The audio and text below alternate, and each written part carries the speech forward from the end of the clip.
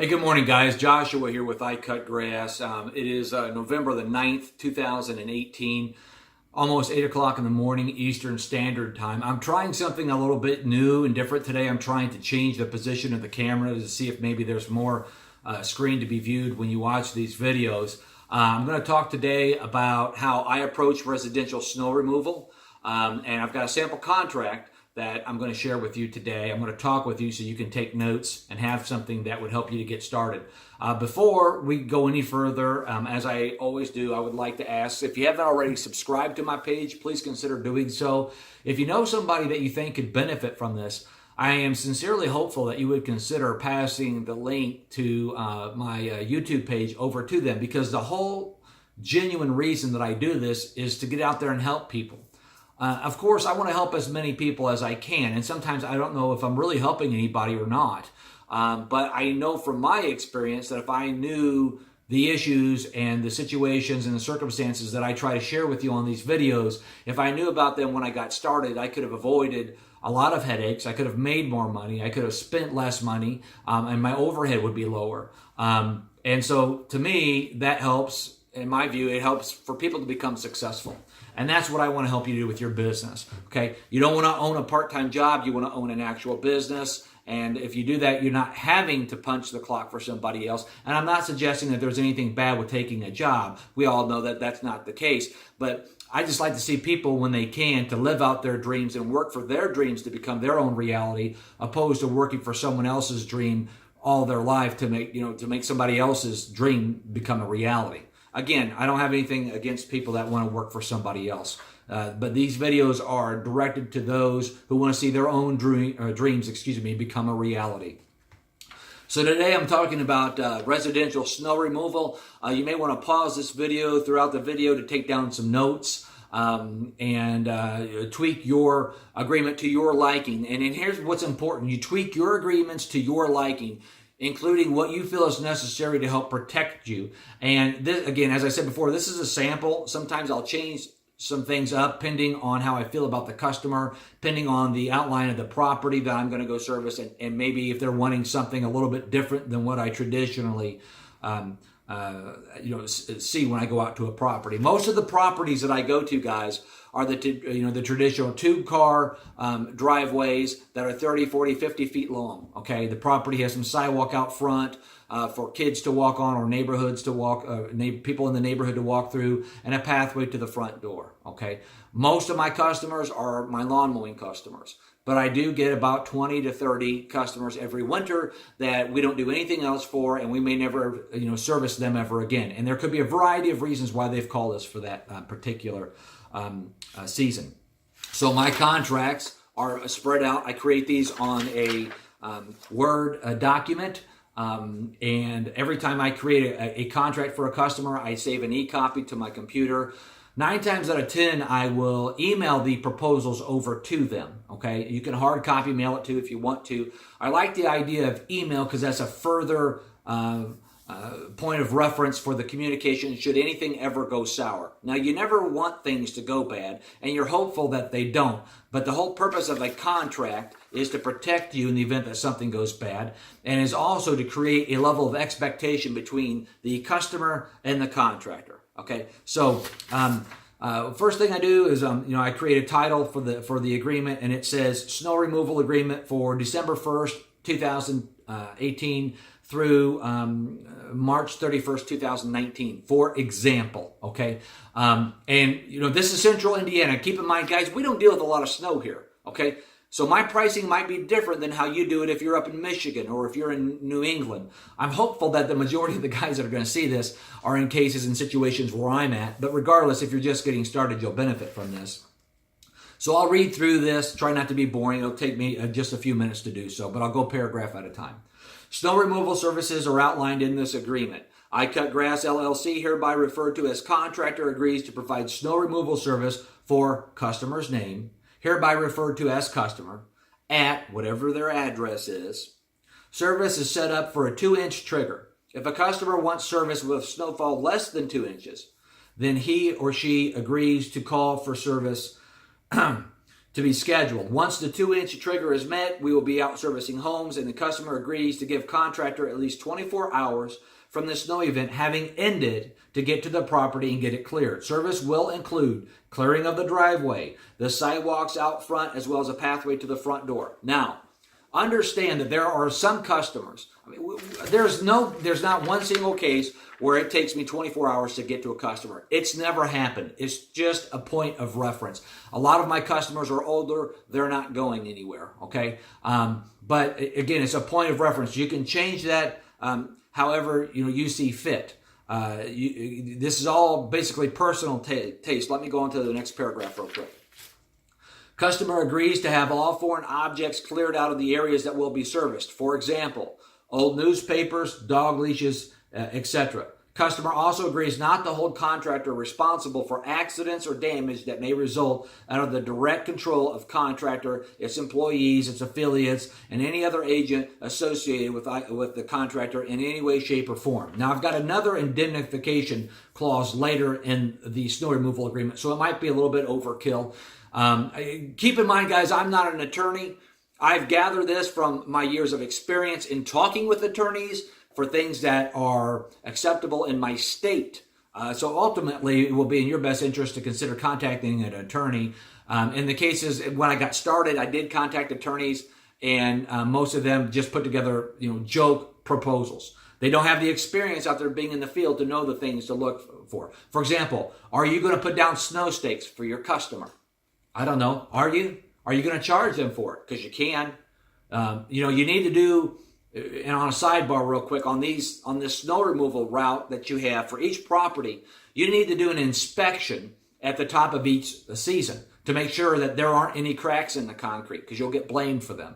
Make sure that when the property is clear, that any landscaping beds along the side of the driveway or the sidewalk that you will clear, whether or not they have mulch in them or rocks. Because if they have rocks, the last thing you want to do is throw, rocks at the window. You should never be throwing snow from a snowblower to a window anyway, but you want to know what is in those beds. You need to know what is in those beds. And another sidebar, I always tell my customers, because of the size of my properties, I can put a plow on the property, but I choose not to, because in the cases, which is 99% of the time, my case or my situation, you got a driveway that's concrete that has control joints, and eventually those will crack over time and they'll start to rise one corner. You hit that with a plow and you're going to wake yourself up, possibly cause an accident if you're not strapped in. But also you're going to get a call later in the year from a customer. Hey, you damaged my property. And that's for another time and another conversation about that. But the point is we don't want to damage anything. So what do? I use snow blowers. Guys, for me, it's real simple. I figured out several years ago that it's more profitable for me to use snow blowers to clear properties than it is to put a man in a truck for an entire hour out in a parking lot like at Walmart or someplace else to work that entire hour from anywhere between $85 an hour to maybe $125 an hour. If you're subcontracting for someone else, maybe $40 or $50 an hour, which is a joke. Don't subcontract for anyone unless you simply have to put food on the table. It doesn't make any sense. But I found that the risk in those situations was high, right? The risk was high for hitting someone, for something going wrong, for the wear and tear on my equipment. I started thinking, if I do snow removal on these residential properties, and if I use a snow thrower, my risk is way down for killing somebody at the property, and my profit margin is way up. Because the snow blower, in my case, is, we use single stage snow throwers. We don't need dual stage snow throwers. So the snow blowers maybe cost $600. If I'm very, very, very, much into spending money, I might find one that's $800. But a $600 snow thrower does what I need it to do. Okay, so I can go in there, minimize my risk, increase my profit margin, maximize that difference right there. Okay, so my profit margin, when I'm charging, my profit margin is higher. Anyway, guys, you're going to use what you want to use. You tailor your service to your needs. We get a lot of people that I call snow removal cowboys or snowplow cowboys. They do whatever they want to do with whatever their job is during the week all year round, and then we get a snow event, and all of a sudden they got a snow removal business. I'm not throwing anybody down that wants to do that wants to be an entrepreneur. But if you're serious about doing this service, you're going to come in competition with those guys, because those guys are going to often underquote jobs. And they might be out there in service 2 or 3 times. And every once in a while, you might have a guy that can commit the whole season. But more times than not, they fail for a variety of reasons.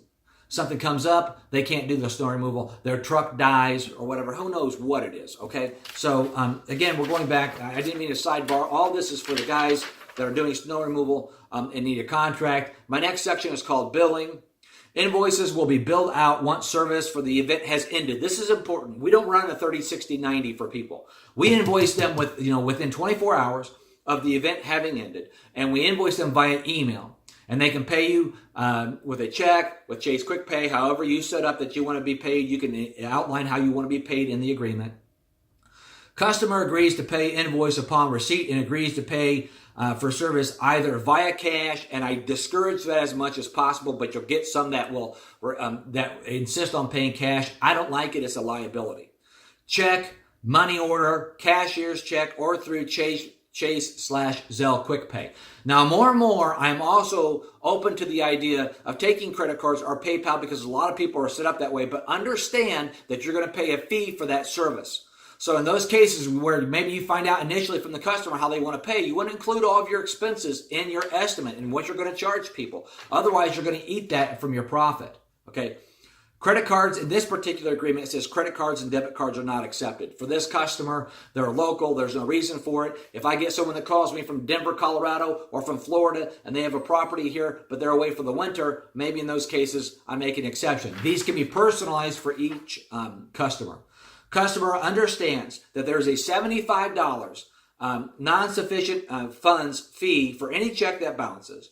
Accounts that are delinquent 60 days may be forwarded to a collection agency and may be assessed collections, attorney and legal fees, court costs, etc., in addition to the outstanding balance. Now, I also include in most of my agreements, this one doesn't have it, that due date is 7 days from the date of service. Okay, I tell them in paper that it's due that day, but the actual invoice that they get from QuickBooks puts 7 days on there. Because if I don't do that, okay, and I don't include that, for example, which I didn't read, I don't think, that there's a $25 late fee charged for accounts that aren't paid on time. If I don't do that, if I just say it's due on receipt, then they'll call and say, how can I pay you this? I can't mail you a check. There's no way you're going to get it today. So the invoice will say 7 days from the date of service, for example. Again, you can personalize this however you want to do it for you. I have found in 11 years, this works for me, and this is why I stick with it. Fee for service breakdown, okay? In this particular case, a $50 non-refundable deposit is to be paid by customer when this contract is signed, and that deposit covers the cost of mapping and initial site inspection. Your time is worth something. If you want to go and work for free, go ahead. But if you get 50, 60, 75 homes, it's going to take you a long time to get everything, pictures taken care of before an event. And it's going to take you time to take mapping. I'm not going to work for free. You shouldn't work for free either. It doesn't mean you're not a nice guy. But the whole purpose here is to yield a profit. Continuing. Accumulation measurements will be taken at time of service. This is important because the news station might say that there's 3 inches, but you might have a property that has 5 or 6 in a cul-de-sac because of drifting and other situations. It doesn't matter what the news says. It matters what the property accumulation has, and so that's why I put that into the agreement. Customer understands that drifting may occur, which may result in additional depth of snow. In addition, customer understands that service is set up on a per occurrence method. For example, if the lot is cleared and has to be cleared later in the day, all subsequent service is billed out separately above and beyond the previous service/clearing. It's important. If you're there 2 times, you need to be paid for it. Now, maybe some guys up in New England don't do that. I know a lot of guys that create contracts at the top of the season say, hey, it's $500 for the year, and every time there's X accumulation, we'll be out. You can do that if you want to. You're rolling the ball, but those types of contracts are more common in those areas. Where I'm at, it's not common to have that. Every once in a while, we'll get somebody that moves here from New York and says, hey, this is how we had it. I'm not willing to roll the dice like that because while majority of the time we don't get the snow, I want to be paid every time I do the work, period. I think we're in for a good winter this year. Let's continue. So then it outlines the increments. Snow up to 3 inches is $75. Every additional 1 inch of snow accumulates or results in an additional $10 per additional inch above 3 inches. Pretty simple. Christmas Eve and Christmas Day, feet for service is 3 times that of the normal rate. That's never going to be negotiable. If ice melt product is used per customer request, we use a concrete safe ice melt product at $35 per the bag, $45 per the bag, whatever you want to be charged. That's in addition. We only put that down if they want us to. And keep in mind that while a lot of that stuff is considered safe, it's considered safe if you put it down at the recommended rate. If you're going in and over a 1,000 square foot area, you're dumping 50 pounds of product, you're an idiot, you don't know what you're doing, and you're going to possibly damage the property, but you're going to also, that's going to wash off, and it's going to have a hard result on the turf come in the springtime. And then I have another indemnification here. Indemnification. Customer and or property owner assumes total responsibility and or indemnifies contractor from any damage that may occur from the scope of any work being performed as a result of this agreement. Plain and simple. And then I have a clause that's titled Individual Snow Event and Season Cancellation. In the event that the customer receives service from another source other than contractor, then customer agrees to pay contractor for service as outlined above, just the same as if contractor provided service. Time out. That's important because oftentimes the neighbor will come out and do the lot, right? Or they'll call someone else because they're in a hurry. Guys, I get it. I understand. But here's the thing you have to understand. You made a commitment to the customer. You didn't take on other customers in that spot. You need 100% commitment back from the customer. And all the years that I have had this clause into the agreement, it's never been a problem. Plain and simple. If you don't want it in there, you don't have to put it down there. Customer may cancel this agreement at any time with a 7-day written notice submitted via email to your email address. They agreed to carbon copy themselves as well. The cancellation date is effective 7 days from the date that you receive it. Okay, you receive it. Customer agrees to pay contractor for any service that is triggered as outlined in this agreement over that 7-day period of time. However, contractor may agree or customer may request that contractor doesn't perform the work. Okay, you're still going to get paid. I'm not a fan of that. I want to do the work, but if they want you to stop, they agree to pay you just the same as if you did the work. Okay, and then also customer agrees to pay a $100 cancellation fee along with any monies for services that have and or have not yet been paid through to the cancellation date. Cancellation date will be effective, again, 7 days from the date of written request having been received. Contractor may cancel this agreement at any time for any reason and agrees to provide no less than a 7-day notice to the customer. And then a sentence. This agreement is hereby agreed to on this blank day of November 2018, a place for contractor to sign, a place for customer to sign. Guys, that's it. It's real simple. A couple quick explanations. Earlier, I said that I wanted my customers to have their property ready for service. What that means is they can't always get out and do it. I understand that. But some of these people will let the doggone or the newspaper, sit out in the driveway for 3 and 4 weeks so they have 5 or 6 of them out there. And here's the problem. You go through with a snowblower, you can't see that. Boom, it will freeze up your snowblower. So you just put that little clause in there. Some of them have something connected so their dog can go out. And when they let their dog out, maybe they don't let them out front. Maybe they let them out back. Maybe they let them out front for whatever reason. They need to keep that stuff up and off. That way, if you damage your equipment because of this, there's a decision to make. Do you ask them to repair it? Don't you ask them to repair it? That's up to you. You'll use the individual circumstances of your relationship to make that decision. But this way, it's outlined that they are expected to keep it in somewhat of a workable condition. Guys, it's quite a bit of information. It's really simple. You can include different types of clauses that maybe I didn't mention here, something to fit your taste.